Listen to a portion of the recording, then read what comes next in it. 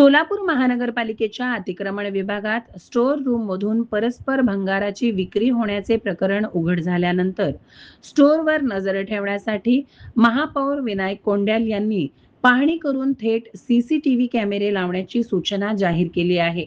सुरक्षा व्यवस्था, साहित्याची साठवणूक, ये-जा नोंद प्रणाली तसेच संपूर्ण कार्यपद्धतीचा आढावा या सगळ्यावर आता इथून पुढे कडक नजर ठेवली जाणार असल्याची माहिती यावेळी त्यांनी माध्यमांना दिली. आणि घेऊन गेले तर दंडात्मक पावती करा आणि देऊन टाका. 1 महिन्याभरात नाही आलं तर मग ह्यालाही स्क्रॅप करून टाका. त्यामुळे महिनाभर हे आपल्याला आता ठेवावं लागणार. त्यांना तुमचे नाव तर माहिती असतं. प्रत्येकाने त्यांनी काय तुम्हाला विचारायची गरज नाही. तुम्ही जे इतर जे असतात त्यांना विचारू दे चालतं.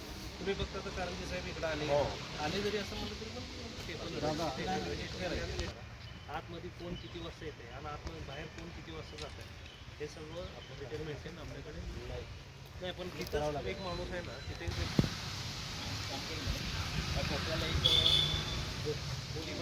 रूम